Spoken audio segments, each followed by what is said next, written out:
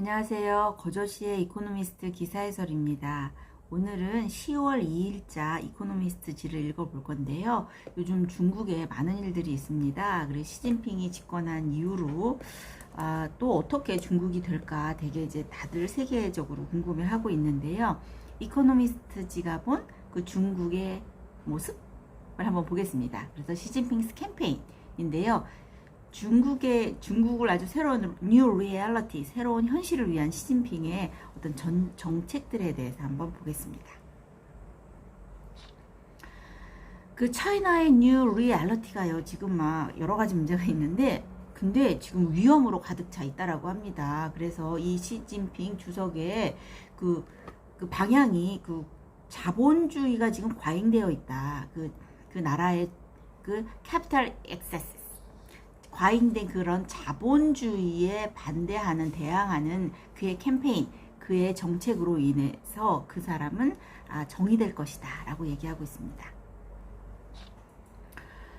지금 중국이요, 이렇게 캐피탈리스트 액세시스, 아주 과도한 자본주의의 모습을 이제 purge, 아주 청산하기 위해서, 일수하기 위해서 시진핑이 웨이징한 캠페인, 아주 여러 가지 정책을 이렇게 저렇게 저울질하고 있습니다. 그래서 중국 주석은 surging debt, 이렇게 치솟는 부채를 어떻게 보고 있냐면요, poisonous fruit of financial speculation, 어떤 투기 자본의 아주 독이 든 과일, 독이 든 사과로 보고 있습니다. 그리고 자본주의가 아님에도 불구하고 지금 막 밀리오네어스 되게 많잖아요. 그런 억만장자는 어떤 식으로 지금 보고 있냐면요, 막시즘을 아주 조롱하는 그런 막시즘의 조롱거리로 여기고 있습니다. 그리고 비즈니스, 사업체들은 아주 스테이트 가이던스, 국가의 가이드를 아주 유념해서 잘 따라야 되는 상황입니다. 그리고 정당, 그러니까 공산당이죠. 그 당의 여러 가지 사상이 permeate every area of national life, 어떤 국민의 모든 삶에 아주 곳곳이 다 스며들어야 한다라고 보고 있고, 그래서 이 시진핑이 지금 부여하는 그의 뉴 리얼리티, 새로운 현실에 대한 도입이 중국의 미래를 결정할 거라고 합니다. 그뿐만 아니라 중국의 미래뿐만 아니라 이게 데모크라시냐 아니면 딕테이터십이냐, 민주주의냐, 독재냐, 그 사이에 어떤 이념적인 전쟁뿐만 아니라 중국의 future, 미래를 이제 구체화할 것이라고 합니다. 저희도 궁금하잖아요, 중국이 어떻게 돌아갈지. 그래서 한번 이코노미스트 지역 관점으로 본 시진핑의 캠페인을 한번 보겠습니다. 시진핑의 캠페인이란 말을 참 번역하기가 참 되게 힘들더라고요. 캠페인, 선거운동, 이러기도 하고, 여러 가지 말이 있는데, 저는 그냥 정책이라고 그냥 표현을 했습니다. 그래서 캠페인의 정책은 아주 remarkable, 주목할 만한데요. 언제부터 이렇게 이제 요동을 치기 시작했냐 하면요, 2020년, 작년이죠. 작년부터 정책이 아주 이렇게 저렇게 요동을 치기 시작했는데, 그때가 언제냐 하면 알리바바의 affiliate 계열회사인 N2그룹 아시잖아요.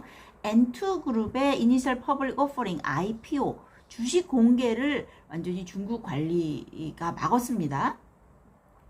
그러면서 이제 $2 trillion of wealth, 어떤 2조 달러 가량 자산을 완전히 소멸시키는 그 결과를 아주 그냥 thundering, 아주 그냥 전광석화처럼 아주 진행이 됐습니다. 이런 과정이. 그 다음에 얼마 전에 저희 또 디디 했었잖아요. 디디, 그죠? Ride Hailing Outfit, 어떤 차량 호출 기업인 디디 같은 경우는요, 미국에서 리스팅, 상장을 한다는 그런 이유로 완전히 퍼니시다, 아주 철퇴를 맞았습니다. 상장도 못하고. 그 다음에 요번에 에버그란데, 헝다그룹이라는 거, Indebted Property Developer인데요. 부동산 개발업체인 헝다그룹, 에버그란데도 지금 디폴트, 부도 위기로 지금 내몰리고 있는 상황이고요. 그 다음에 크립토커런시, 암호화폐 교환을 이제 banned 했잖아요. 이게 금지를 했습니다. 뿐만 아니라 for profit tutoring, 아이들 가리키는 거, 뭐라 그러나? 애들 가르치는 거 그런 것도 못 가르치게 영리 목적에 개인 교습도 못하게 딱 막아버렸습니다. 그 다음에 아이들 같은 경우는 이거 게임 이거 애들한테 안 좋다, 칠드런한테 bad, 나쁘다라는 그런 이유로 strictly ration도 아주 할당된 만큼만 할 수 있게끔 아주 했고요. 그 다음에 그 차이나는 needs larger family, 대가족이 있어야 돼 라고 하면서 이제 abortion 같은 거, 낙태 같은 경우는 막 안 된다 라고 하고 있고요. 그리고 male role, 남성은 manly 해야 된다, 남성다워야 한다. 그 다음에 celebrities, 연예인들, 유명인들은 다 patriotic, 그 애국적이어야 한다 라고 지금 막 하고 있습니다. 이 모든 것이 아주 그냥 6살짜리 그 아주 뇌 속에 아주 그냥 계속 울려 퍼지게끔 하는 시진핑의 어떤 소트라고 할 수가 있는 거죠. 시진핑 사상이 지금 이런 모든 것들을 뒷받침하고 있습니다. 그래서 그 시진핑의 거기가 뭐 authoritarianism, 어떤 권위주의, 어떤 독재이기도 한데 완전 이미 브루탈하기도 한데 이미 그 잔혹한 권위주의를 이미 상회하고 있다라고 합니다. 그 시진핑이 처음에 언제 시진핑이 이렇게 주석이 됐냐 하면요, 2013년에 됐거든요.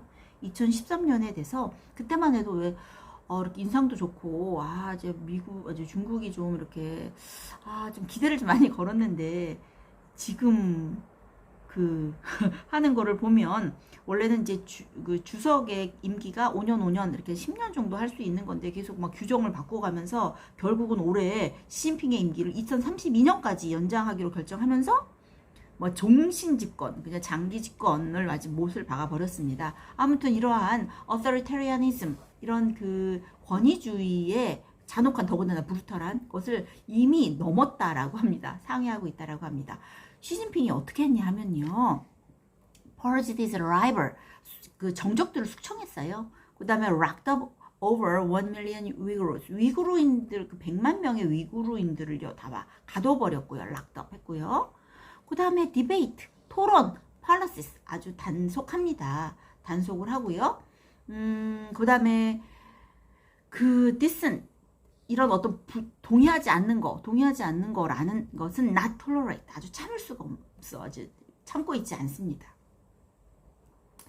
그래서 과연 시진핑이 이렇게 성장이 둔화되고 국민이 고통을 받더라도 이렇게 권력을 움켜쥐고자 하는 grabbing power, 그 권력을 움켜쥐고자 이렇게 혈안이 된 아이디얼로그 그러면 몽상가이기도 하고요. 어떤 새로운 이데올로기의 창도자라고도 할 수 있는데요. 이런 아이디얼로그가 될 것이냐, 아니면 무슨 그런 도그마 같은 것을 템퍼하는 어떤 아주 예전부터 있었던 그런 없애야 할 신조들을 누르는, 완화시키는 그런 스트롱맨, 어떤 독재자?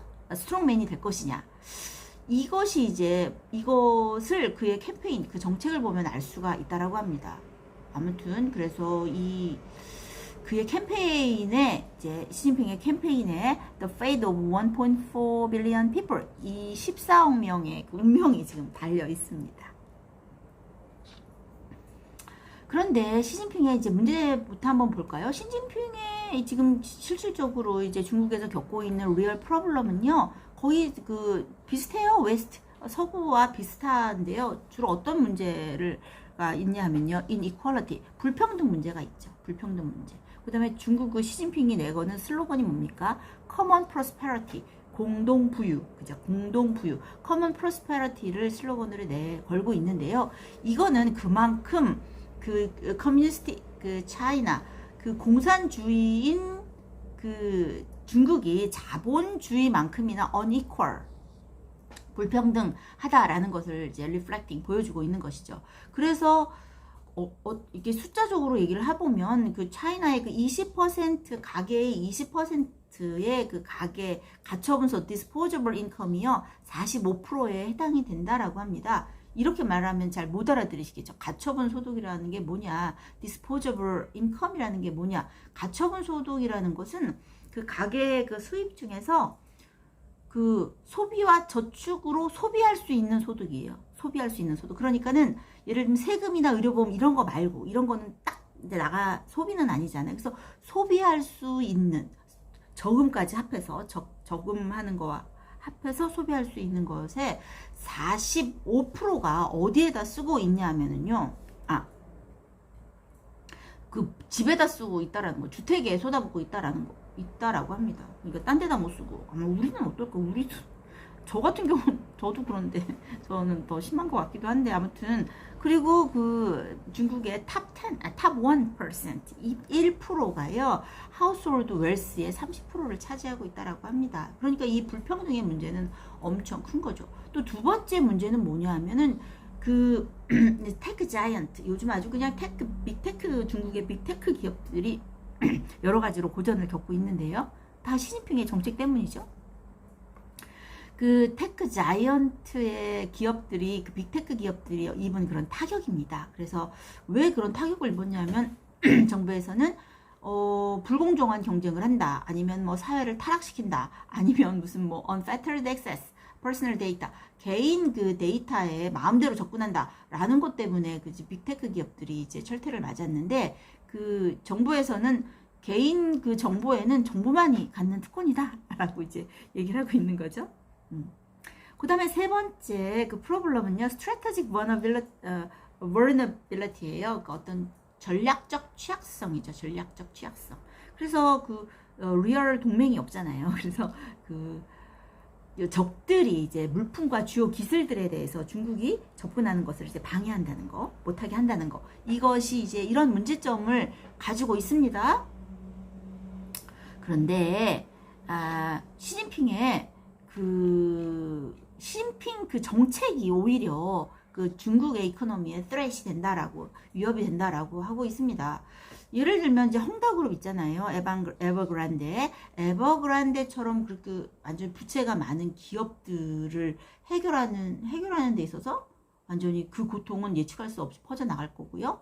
실질적으로 이제 그 부동산 개발업자들이 차입금으로 깔고 있는 그 금액이 2.8 트릴리언 달러스라고 합니다. 2조 8천억 달러의 그 차입금을 깔고 있고요.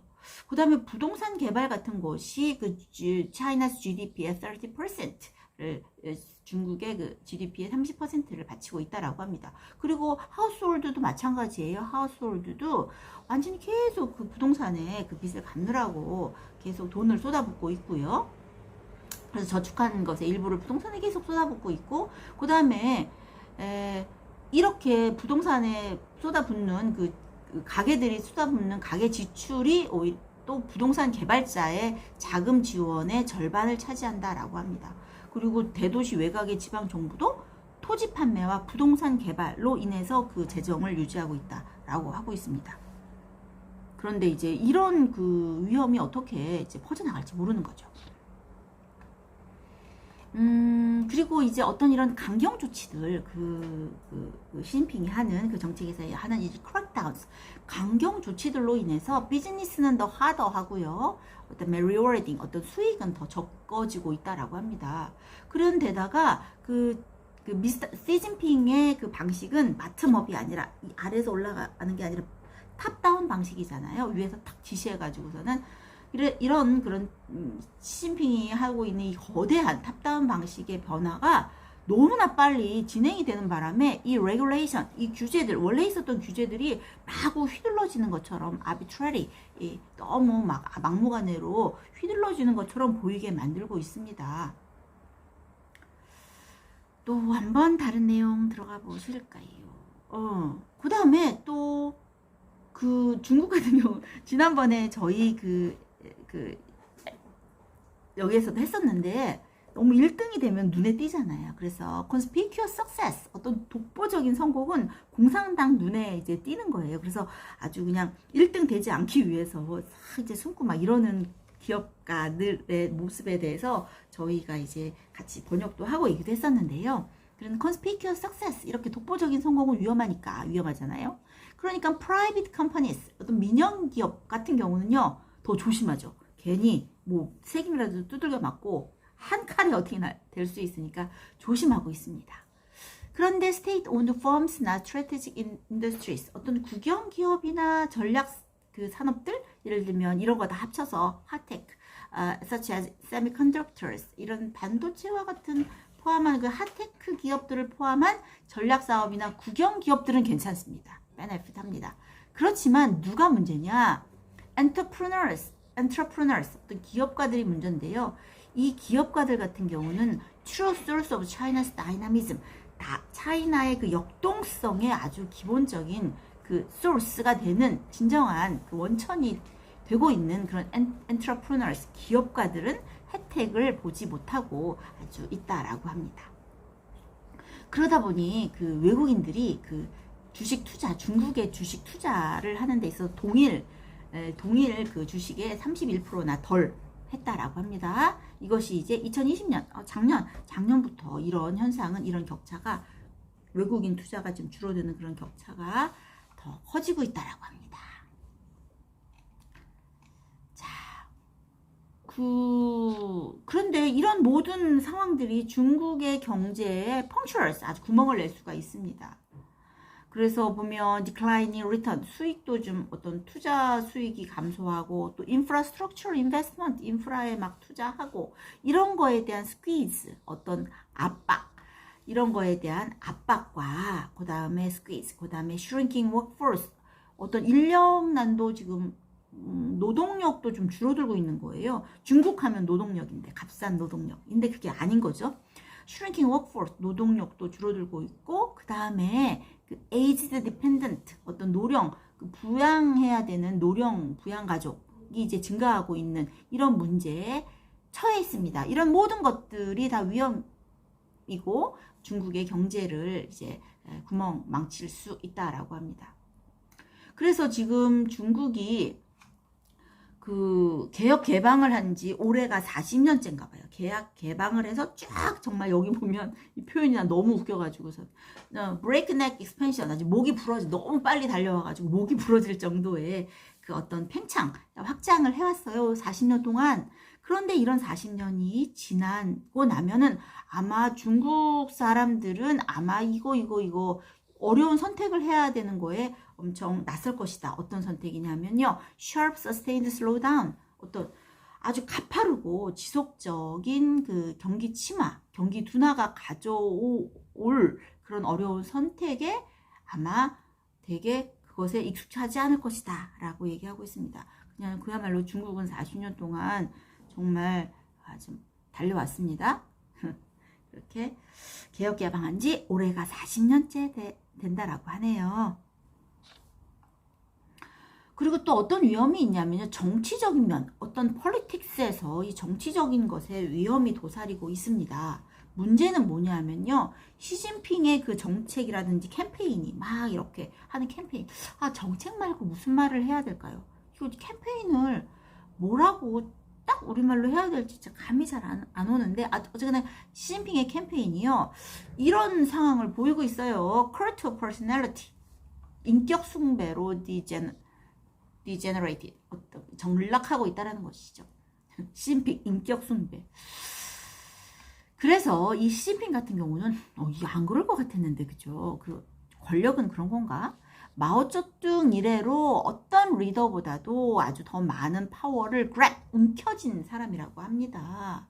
그래서 그 break with protocol, 이미 깼던 그 프로토콜 규약을 깼어요. 원래는 5년, 10년 할 수 있는 건데, 왜 5년 지나고 나면 후계자를 선정해야 되는데, 저도 막 기억나거든요. 후계자를 선정 안 하고 있다, 막 이랬는데, 요번에, 그죠? 그것도 다, 그렇게 해야 된다는 그런 규정 같은 걸 다 깨버리고, 요번에도 마찬가지로 시진핑의 임기를 2032년까지 연장하기로 결정했다라고 합니다. 그야말로 종신 집권이 이제 가능해진 거죠.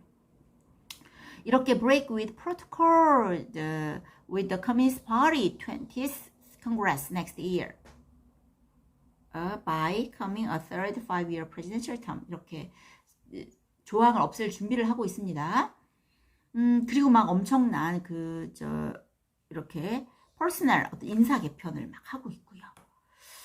이런 것들이 막 ideological crackdown, 그 다음에 뭐 어떤 이념적인 강경 조치, 그 다음에 자기가 이제 at the helm, 어떤 내가 조종키를 잡아야 된다, 그 실권을 잡고 있어야 된다라는 여러 가지 이유를 막 대는데 이 시진핑의 캠페인이 사용되고 있고요. 이런 모든 것들이 그렇지만 dangerous하다라고 얘기하고 있습니다. 이러한 모든 것에 위험이 도사리고 있다라고 합니다. 자, 어떻게 위험이 도사리고 있나 보겠습니다. 이 정치적인 면에서. 이제 이 뷰로크라시, 관료주의 있잖아요. 관료주의가 아마 그를 실망시킬 것이다. 그를 실패하게 만들 것이다. 라고 얘기하고 있습니다. 사실은 그 시진핑은 그 관료들이 이렇게 하기를 원해요. Responsive to market signal. 시장의 어떤 시그널에 빨리빨리 반응하기를 바라지만, 막 이제 뭐 관료들은 뭐 승진, 우리나라의 뭐 프로모션이나 펄지, 어떤 승진이냐 아니면 숙천이냐 이런 것들이 막 떠돌고 있으니까 중국의 그 관리들은 아주 점피합니다. 아주 발끈발끈하고 아주 오락내리락 하고 있는데요. 그 하나의 예가 뭐냐면 요번에 그 파워컷 정전 사건이 있었잖아요. 그 정전의 원인은 왜 이런 정전이 일어나게 됐느냐. 지금 막 20개 이상의 어떤 그 프로빈스에서 지난주에 최근 그 몇 주 동안 이제 그런 정전이 일어났는데, 그런 것을 이 이코노미스트는 어떻게 보고 있냐면요. 뷰로크라트들이요. 관료들이 어떤 관료들이냐면은 miss their carbon reduction target. 그 탄소 배출량 감소 목표 갖다가 위에서 떨어졌잖아요. 그거를 이루지 못할 것 같다는 관료주의자들의 공포감, 패닉 때문에 이런 일이 벌어졌다라고 합니다. 또한 어떤 뭐 이렇게 corruption이나 ideological deviance, 어떤 그 부패와 이념적 일탈로 경쟁자에게 비난을 받을 것이 두려운 그 관료들은 어떻게 하느냐? 이래요. 앉아 있어요. on their hands. 손 위에다 딱 앉아 있어요. 그게 무슨 말일까요? 아무것도 안 하고 손을 쓰지 않고 있는 관망만 하는 거죠. 이게 그 관료주의의 어떤 맹점이라고 할 수 있잖아요. 그래서 이런 뷰로크라트한테는, 관료들한테는 막 솔선수범해서 막 이니셔티브를 솔선수범하는 관료들한테는 실패하면 큰일 나잖아요. 실패는 위험합니다.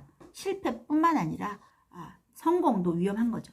관료 중간 정도 가면 된다라는 생각을 하고 있잖아요.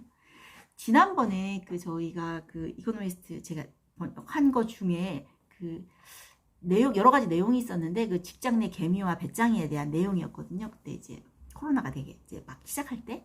그런데 그 중에 그걸로 하다가 인터넷에서 뭘 찾아보니까 그 파킨슨의 법칙이라는 게 있더라고요. 그 기사가 파킨슨의 법칙이었는데, 그 나무위키라는 그 사이트에서 제가 한번 찾아봤습니다.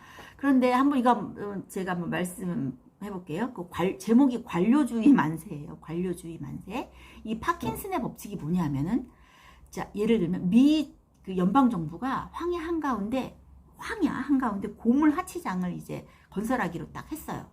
그래서 건설하기로 막 계획을 하고 있는데, 행정부 관리 한 명이 갑자기 이런 하치장에 도둑이 들어서 이거 다 가져가면 어떡하지? 라는 걱정이 드는 거예요. 그래서 행정부가 이제 야간 경비직 사원을 모집하는 광고를 냈습니다. 그래서 적당한 사람이 나타나서 이제 채용을 했어요. 근데 제 직원을 채용하고 나니까 또 문제가 막 생각이 나는 거예요. 어떤 문제냐면은 이거 채용은 했는데 행동 지침이 없으면 야간 경비원이 일을 어떻게 수행을 해? 행동 지침이 있어야 되지 않나? 라고 이제 생각을 한 거예요. 그러면 이 행동 지침을 만들기 위해서 또 2명의 일자리가 마련이 됐습니다. 그래서 한 사람은 경비직 임무를 설명한 문건을 작성하고, 한 사람은 시간 계획표를 막 짰어요. 그래서 막 이제 하려고 하는데 또 다른 문제가 튀어나왔는데, 그게 뭐냐면 야간 경비가 만약에 진짜 양심적으로 일을 안 하고 따르게 일을 하면 어떡해? 진짜 양심적으로 일을 수행할 수 있을까? 라고 또 걱정이 되는 거예요. 그래서 얘를 또 관리를 해야 되겠다. 그래서 야간 경비를 관리하는 부서를 만들기 위해서 또 사람을 또 고용을 했어요. 그래서 한 사람은 야간 경비가 일을 양심적으로 했는지 조사하고, 한 사람은 이제 보고서, 했다 안 했다라는 걸 보고서를 만드는 일을 맡았습니다. 그런데 막 하다 보니까 이 한 사람을 채용하기 위해서 여러 사람이 또 채용이 됐잖아요. 그런데 이 모든 사람의 임금은 또 어떻게 지불하나? 라고 하니까, 그래서 뭐 임시간 근무 관리하는 사람, 회계 담당자, 보조 사무원, 법률 고문, 이런 사람들이 이제 하치장에서 새로 일자리를 얻은 거예요. 그러다 보니까 1년 동안 하다 보니까 위원회에서 할당된 인원이 너무 초과를 해가지고선 결국은 어떻게 됐느냐, 비용을 절감합시다 라고 얘기가 나와서 다시 결국 야간 경비를 해고했다는, 이것이 제목이 관료주의 만세예요. 파킨슨의 법칙이라고 하는 거거든요. 그러니까 이 관료라는 것은 저도 뭐 말하자면 학교에 있으니까 관료 중에 한 명이기도 하잖아요. 뭐 좀 공감이 확확 되는 거 좀 있거든요. 그래서 이런 뷰로크라시가 이 시진핑의 어떤 그 시진핑을 실망시킬 것이다 라고 얘기하고 있습니다. 자, 두 번째 문제는 또 위험이 뭐냐면요, 어떤 아이디올로지컬 크랙다운, 이념은 머리를 막 통제하는 거예요. 시진핑 그 캠페인이 진짜 내 머리까지 아이디올로지컬 크랙다운, 아주 이념적인 강경 조치가 있는데요. 뭐 이런 것들이 막 있나 봐요. 모럴 리뷰 카운슬, 별 위원회가 다 있네, 그죠? 도덕성 검토위원회, 미쳤나 봐, 그죠? 모럴 클리닉, 뭐 이런 거, 그죠? 도덕성 클리닉 이런 것들을 이용해 가지고선 관습상 옳다고 생각되는 것들을 어떤 퍼블릭 쉐이밍을 이용해서, 대중적인 어떤 수치심을, 공개적인 수치심을 이용해서 어떤 이런 행위들을 강요하고 있고요. 그래서 이런 거 하면 뭐 생각나세요? 옛날에 Cultural Revolution, 문화혁명이 생각나시잖아요. 이런 문화혁명처럼 그런 awful한, 끔찍한 거는 아직 감지되고 있지는 않지만, 그럼에도 불구하고 현재 중국 사람들은 less free to think and talk, 생각과 토크를 이제 덜 자유롭게 하게 되는 거죠.